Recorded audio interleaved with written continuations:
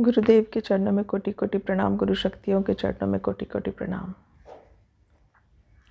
आज हम सुख और दुख इन दो वर्ड्स को डिकोड करेंगे। सुख और दुख दो ऑपोजिट वर्ड्स होते हुए भी एक साथ क्यों बोले जाते हैं? क्यों कहा जाता है कि सुख है तो उसके बाद दुख आएगा ही आएगा? रीज़न क्या है? सुख मतलब हैप्पीनेस, प्लेजर। अब सुख के बाद दुख कब आता है?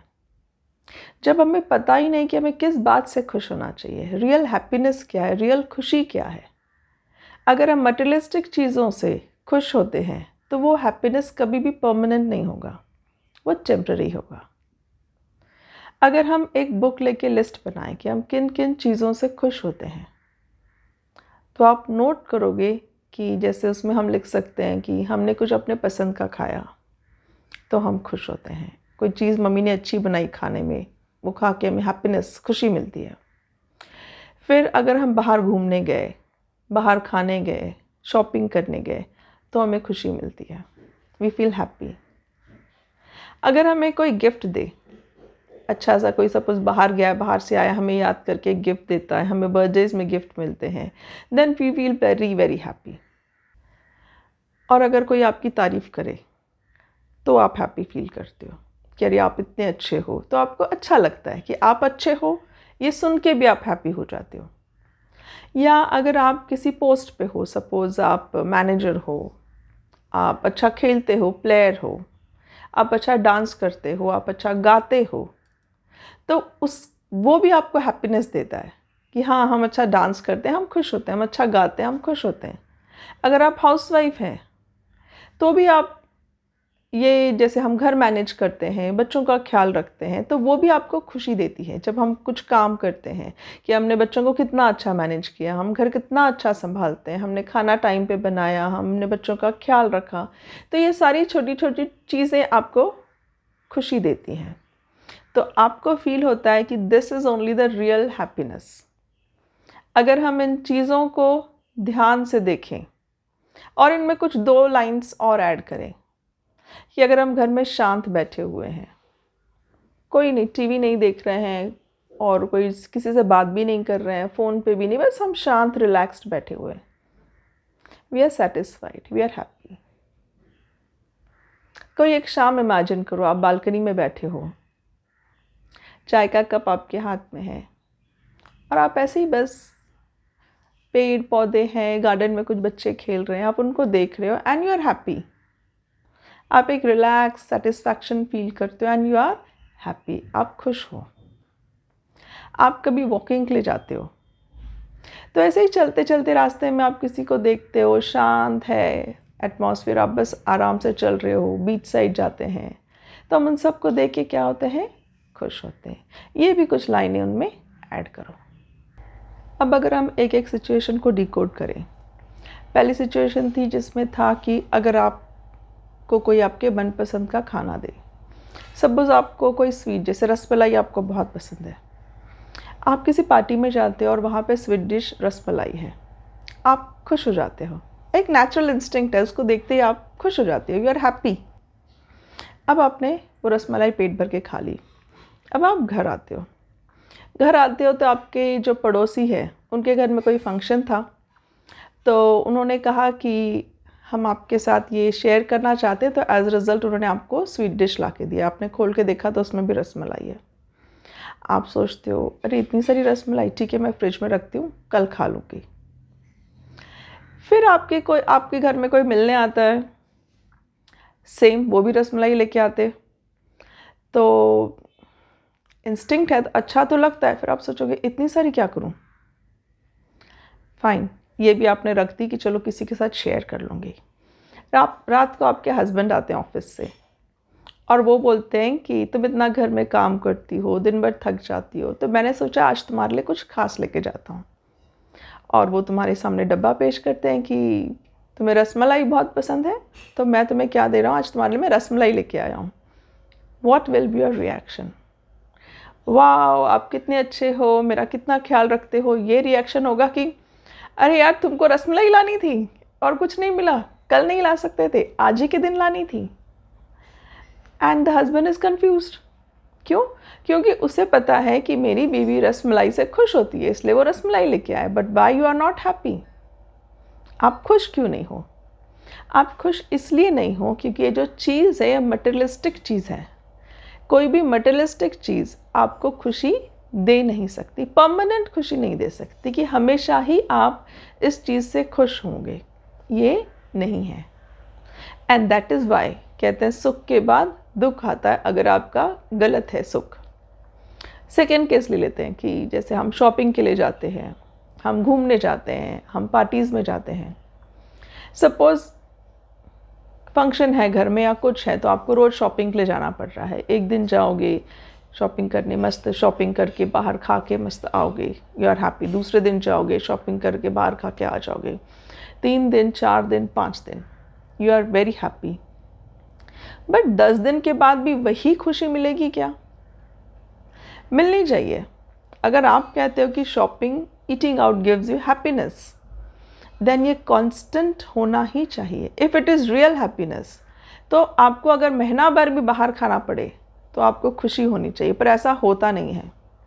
महीना 10 दिन तो बहुत बड़ी बात है, 2-3 दिन बाद ही हमें लगता है कि बस अभी ब्रेक लेते हैं, फिर बाद में जाते हैं, थोड़ा घर का सिंपल खाना खाते हैं, आज मुझे कहीं नहीं जाना, आज मुझे कोई शॉपिंग नहीं करनी।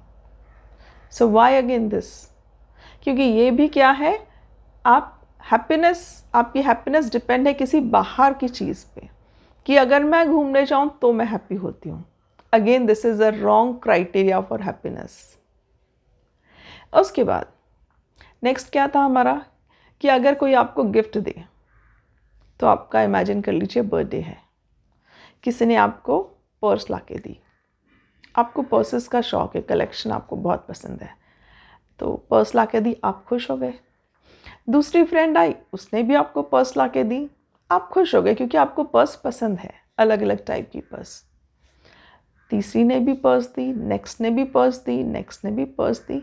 ऐसे 10 के 10 फ्रेंड, कोइंसिडेंस ऐसे हो गया कि आपकी फ्रेंड्स, सारे फ्रेंड्स ने आपको पर्स ही दिया, आपको 10 पर्स मिल गए बर्थडे गिफ्ट।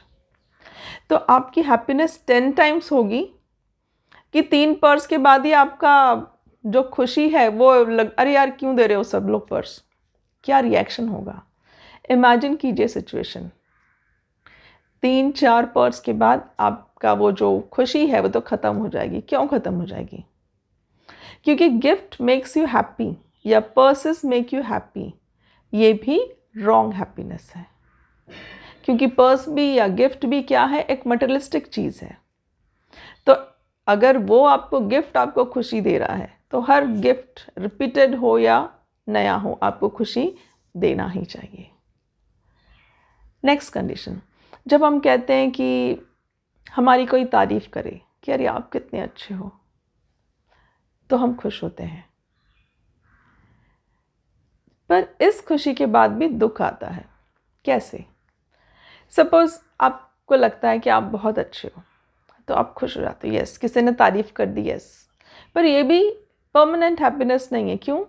क्योंकि this is also not a real criteria या real situation which gives you happiness. क्योंकि ये भी एक ऐसा खुशी है, ये भी एक ऐसी खुशी है जिसके बाद इमीडिएटली आपको दुख मिलता है। कैसे? आपको लगता है कि आप बहुत अच्छे हो, चलो 4 लोग आपकी तारीफ़ करके चले गए, आप बैठे हो, बैठे बैठे आपको लगता है कि हाँ मैं तो इससे भी अच्छी हूँ, मैं तो उससे भी अच्छी हूँ। फिर आप सोचते हो कि मैं इतने सारे लोगों से अच्छी हूँ, फिर उनके पास सपोज़ एक चीज़ है, पर्सन ए या चीज़ ए है जो आपको चाहिए, आप उससे अच्छे हो पर आपके पास नहीं है, उसके पास है। फिर एक दूसरा पर्सन आपको याद आता है कि आप उससे भी अच्छे हो, पर उसके पास भी मटेरियलिस्टिक चीज़ें आपसे ज़्यादा है। फिर तीसरा पर्सन याद आता है, अरे यार उसके पास भी ये चीज़ है, मुझे चाहिए थी जो।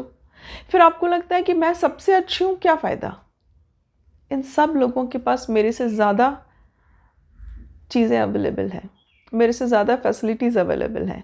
फिर अगेन कि आप अच्छे हो, ये थॉट आपको इमीडिएटली 10-20 सेकेंड्स के बाद दुख देने लगता है। Because this is also not the real reason कि आप खुश होना चाहिए। आपको लगता है ये खुशी है, but these are not real reasons to be happy. और इसी वजह से भी सुख के बाद दुख आता है, कहते हैं। नेक्स्ट था हमारी लिस्ट में कि अगर आप अच्छे सिंगर हैं, अच्छे डांसर हैं, अच्छे मैनेजर हैं, अच्छे हाउसवाइफ हैं, ये काम आपको खुशी देता है, तो हम ऐसे कह सकते हैं कि मैं मैनेजर हूँ इसलिए मैं खुश हूँ। आप ऐसे कह सकते हैं मैं खुश हूँ क्योंकि मैं मैनेजर हूँ। जब आपने कहा कि मैं मैनेजर हूँ इसलिए मैं खुश हूँ, मैं अच्छा डांस करती हूँ इसलिए मैं खुश हूँ, मतलब सिर्फ डांस ही आपको खुशी देता है। जब हम कहते हैं कि मैं खुश हूँ क्योंकि मैं मैनेजर हूँ, मैं खुश हूँ क्योंकि मैं डांस करती हूँ, मैं खुश हूँ क्योंकि मैं अच्छा खेलती हूँ, मैं खुश हूँ क्योंकि मैं अच्छा गाती हूँ, मतलब और भी 10 रीजंस हो सकते हैं खुश होने के लिए, पर एक one of the reason is I am good at particular thing. मैं खुश हूँ क्योंकि मेरे घर को मैं अच्छा मैनेज करती हूँ, मतलब ये एक रीज़न है, खाली एक ये रीज़न नहीं है। बट जब हम कहते हैं कि मैं मैनेजर हूँ इसलिए मैं खुश हूँ, तो हम आपको आइडेंटिफाई उससे करने लगते हैं। एंड मैक्सिमम टाइम हम देखते हैं कि जब कोई पर्सन रिटायर होता है तो वो अपने आप को यूज़लेस फील करता है, डिप्रेस्ड फील करता है, उसे लगता है कि मेरी कोई वैल्यू नहीं। क्यों वैल्यू नहीं? क्योंकि उसने अपने ज़िंदगी की वैल्यू ही अपने पोस्ट को बना के रखी थी। हाउसवाइफ्स जब बच्चे बड़े हो जाते हैं, अपने काम में लग जाते हैं, उनके पास टाइम नहीं रहता माँ बाप के लिए, तब हाउसवाइफ्स एक देखोगे कि एक एज आने के बाद they feel depressed, they feel lonely, isolated feel करते हैं। उन्हें भी लगता है कि अभी किसी को मैं नहीं चाहिए हूँ, किसी को मेरी ज़रूरत नहीं है, नोबडी वॉन्ट्स मी। क्यों? क्योंकि उन्होंने अपने आप को आइडेंटिफाई कर लिया था कि वो जो काम करते हैं उससे एक्चुअली ये होना नहीं चाहिए। अगर आप अच्छा डांस करते हो तो अगर कुछ हो जाए, आपके पैर में दर्द हो या आप डांस नहीं कर पा रहे हो ड्यू टू सम रीजंस, तो then you will start feeling upset, sad, दुखी हो जाते। क्यों? क्योंकि आपकी खुशी सिर्फ डांस थी। अगर उसी से आप अपने आप को आइडेंटिफाई ना करते, ओके डांस आपको खुशी दे रहा है, आज डांस नहीं कर पा रहे हो, but that was not the real happiness और द ओनली हैप्पीनेस। सो अगर आप कोई काम अच्छा करते हो तो अपने आप को उससे आइडेंटिफाई मत करो। आप काम नहीं हो, आप बहुत सारी चीज़ें आपको खुशी दे सकती हैं। बहुत सारे, जैसे मैंने कहा कि बालकनी में बैठ के हम शांत बैठे हैं, कुछ भी नहीं है हमारे पास, जिस एटमॉस्फेयर है, शांत हवा बह रही है, बच्चे गार्डन में खेल रहे हैं, वो चीज़ हमें खुशी देती है, पीस, सेटिस्फैक्शन देती है। This is real happiness and this will never lead to दुख। आप रोज़ शांत वॉकिंग के लिए जा सकते हो, रोज़ आपको खुशी मिलेगी वॉक करके।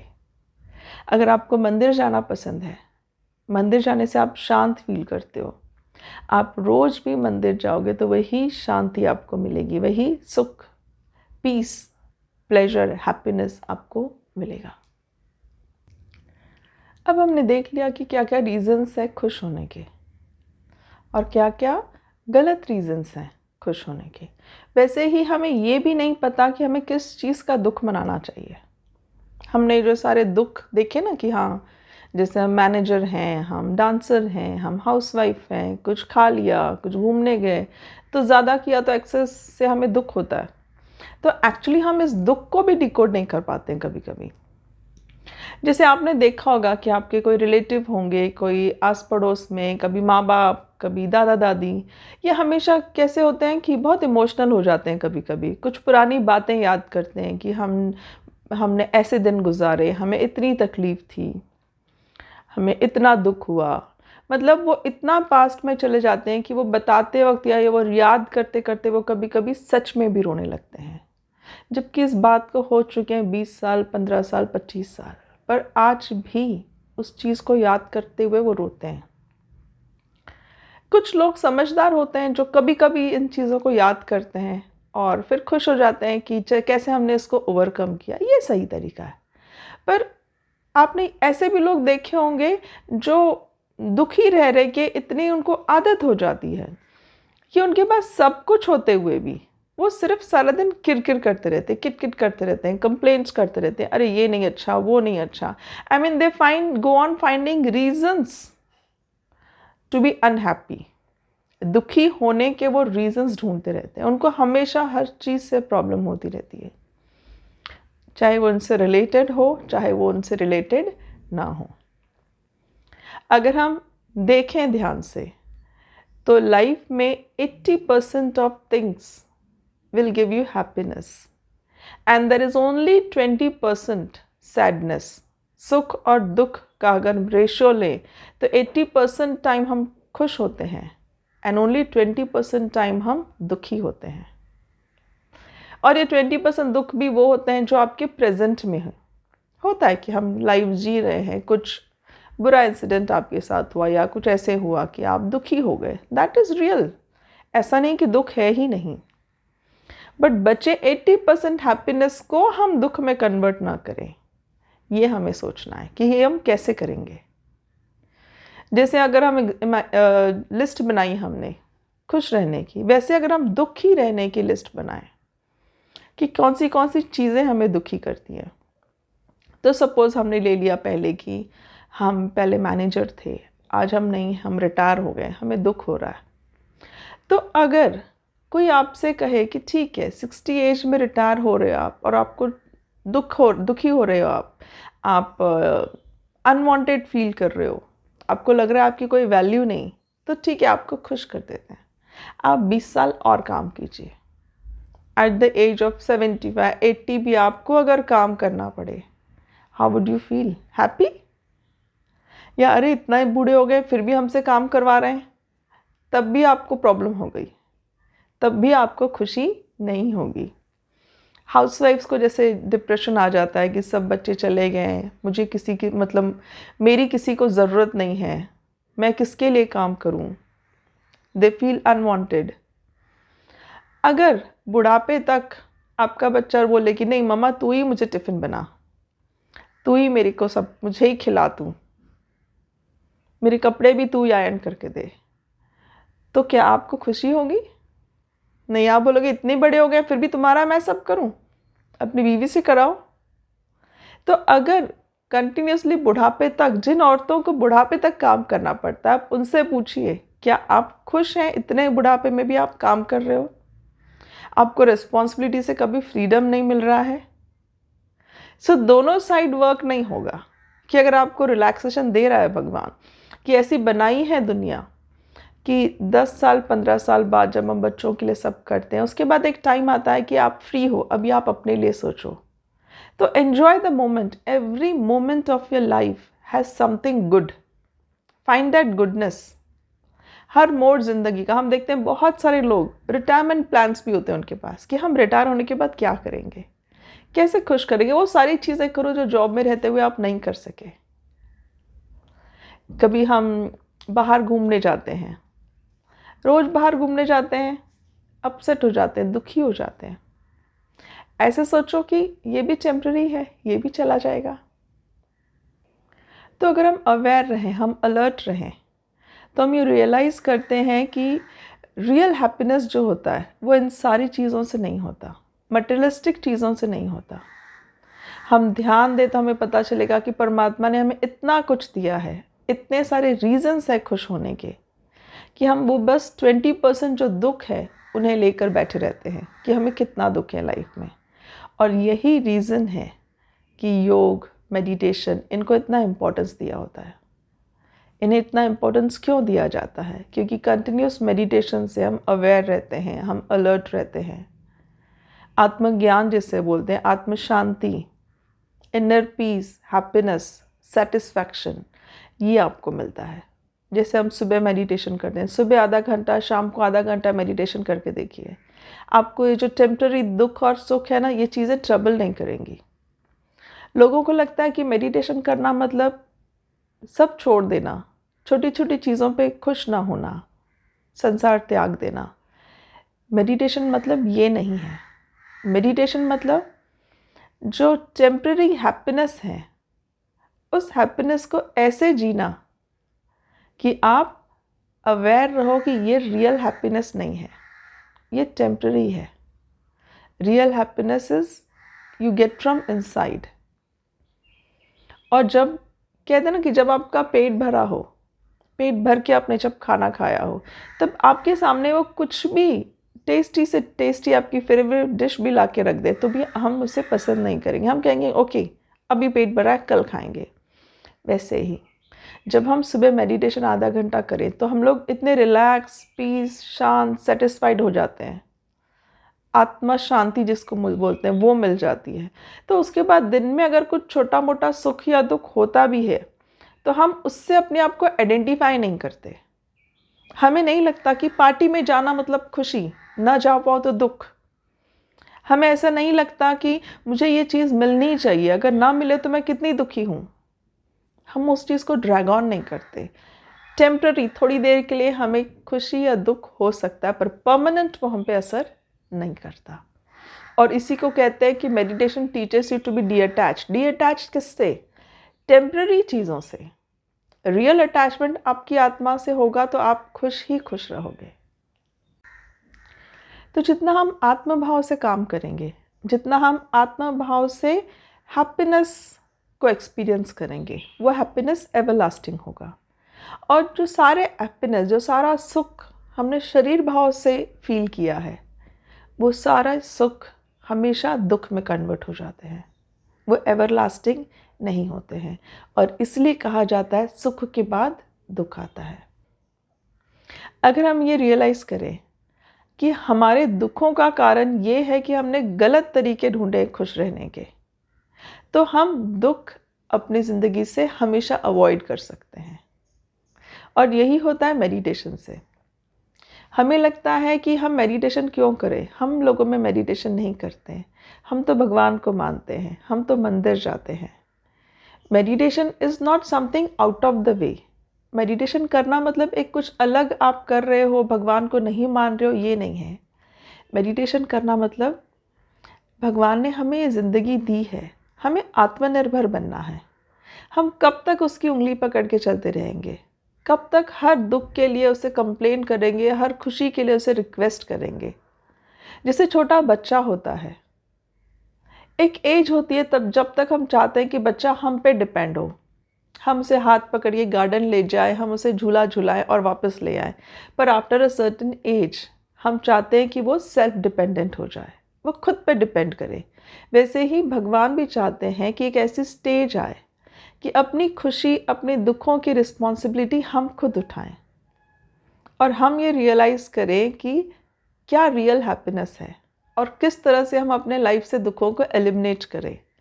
यहाँ पे मेडिटेशन का रोल आता है, जो आपको आत्मभाव इंक्रीज़ करने में, आत्मा के क्लोज आने में आपको हेल्प करता है। जब हम आधा घंटा सुबह मेडिटेशन करते हैं तो हम अपने आत्मा के क्लोज होते हैं, हमें एक अंदर से खुशी मिलती है।